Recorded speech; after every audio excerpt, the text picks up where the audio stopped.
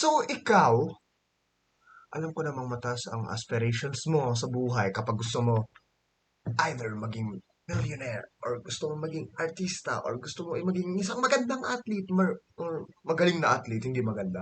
Baka gusto mo maging model, baka gusto mo magkaroon ng penthouse.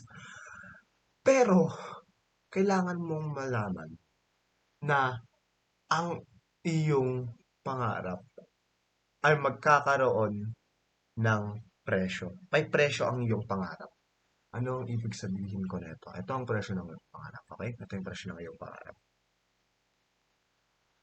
May mga araw, nagigising ka ng alas 4 para lang makakuha ka ng maraming oras sa isang araw para makagawa ka pa ng trabaho. Ngayon, ayaw, karamihan ng mga tao ayaw na. Gusto lang ng mga tao yung mga mabilis. Ang mga nakikita nila sa TikTok, mga dropshipping scheme, yung mga freelancer. Yung mga freelancer actually maganda sila. Mga foreign exchange na kapag tumaas to, milyonaryo na ako. Kasi ganito yung ininvest ko. Yung mga Bitcoin enthusiasts. Pero kadalasan ng mga mabibilis na pera, nagdadala ito ng mga mababagal na problema. Gets nyo? Sasabihin ko to ulit para sa inyo. Karamihan ng mga mabibilis na pera nagdadala ng mabagal na problema. Sabihin natin, nagbebenta ka ng shabu. Kumita ka ng 10,000 sa isang araw. 10,000 sa isang araw. Actually, malaki na yon. Shabu ka nga.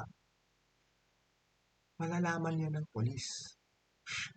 In the long term, okay? Sabihin natin sa long term. In the long term, mahuhuli ka rin. Kahit gaano mo, patas yung porsyento na mahuhuli ka. Diba? Kaya wag ka mag-shabu. Anyways, pang example, pokpok ka. Nag-decide ka maging pokpok, online pokpok sa Instagram, sa OnlyFans. Naglalabas ka ng mga ganito, ganyan, ganyan. Natin kung ano yun. Long term, I mean short term, siguro marami ka ng pera. Siguro, in 1 week, siguro nakaroon ka ng 15K. 15K in 1 week. 15K in 1 week. Sa paglalabas lang ng iyong katawan. May mga taong gumagawa nito. Alam nyo na kung sino yun. Pero sa long term, hindi sila makakahanap ng tamang husband. Hindi sila makakahanap ng tamang asawa. Bakit? Kasi nilabas na nila yung lahat ng kailangan nilang ilabas eh. Hindi na sacred. Hindi na sacred ang katawan. Kasi lahat na nakikita para sa $10. Lahat na nakikita. Kaya, mabilis na pera, nagdudulot ng mabagal na problema. Tangin na bagong quotes mula sa akin. Kaya ang sabi ko, buhay, dapat trabaho lang. Kasi mahirap talaga. Kapag may goal ka na kailangan mo i-achieve at sobrang strive at nag strive ka na nag strive at gutom ka para makuha mo yung goal na yun, kaya mo gawin lahat. Pero kailangan mong bawasan yung mga vices mo. Ano ba yung mga vices mo? Sigarilyo, TikTok, porn, gaming, alcohol, drugs. Yun yung mga konti na alam nyo na kailangan yung bawasan. Pero di nyo pa rin pinabawasan. Bakit? Kasi masaya. In the pleasure, masaya. I mean, kailangan mong bawasan pero wag mong tanggalin. Gets mo? Kasi, ito yung nangyari, okay? Sa akin. Lahat ng ginagawa ko, everything was for work. Work, work, work, work, work. At nung nawalan ako ng trabaho, nung nawala na yung to-do list ko, nung wala na yun, di ko na alam kung ano gagawin ko. Nagawa ko na lahat eh. Nagawa ko na lahat eh. Wala na akong kailangan gawin. So, ano yung gagawin ko? I don't know. Tinanggal ko na yung laro eh. Bawal ko na yung gawin. Di ko alam. Kaya, oo, kailangan mo magtrabaho. Kailangan mong mag-work hard. Kailangan mo ng STD, katulad nga ng sabi ng teacher na mentor ko. STD. Sipag, tiyaga, at diskarte. Kunin mo muna yung sipag. Sipag muna. Ano yung sipag? Sa isang araw, gaano ba karami yung nagagawa mo? Ang tiyaga, kaya mo ba gawin to sa isang linggo? Kapag sa isang linggo, kaya mo ba gawin yung mga trabaho na to sa dalawa? Sa dalawa, kaya mo ba sa apat? Sa apat na linggo yun, kaya mo ba gawin yun for 3 months? For 3 months, kaya mo ba gawin in 1 year?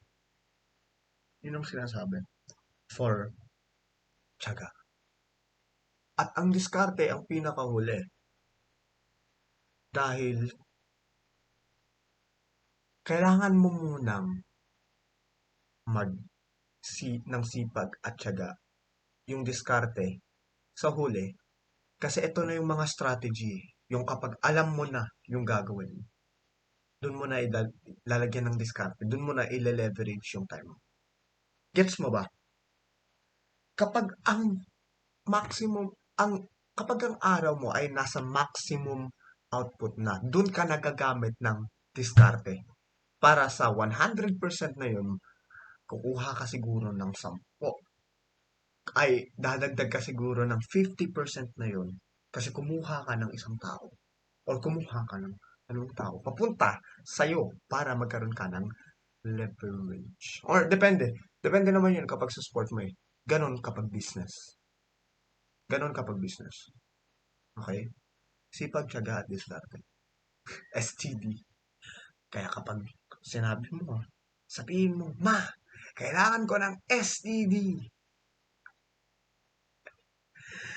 Anyways. Ngayon, paano nga ba? Paano nga ba tatanggalin ang mga, or babawasan ang mga vices na to? Unang-una, wag, wag kang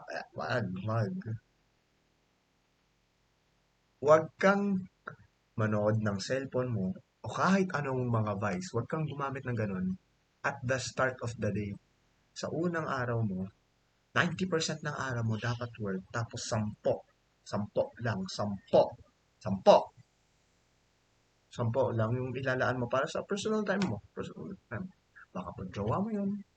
Baka gamitin mo yung time na yun para maglaro, mag-computer. Baka gamitin mo yung time na yun para magsigarilyo, mag-inom. Pero, nasa iyo yun. Kung ano yung gusto mong gawin. Kasi ikaw rin naman magsasuffer ng consequences eh.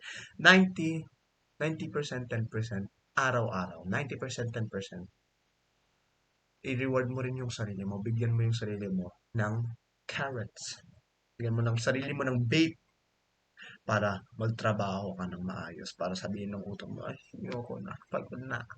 Para hindi sabihin ng utak mo, ayoko na. Pagod na ako.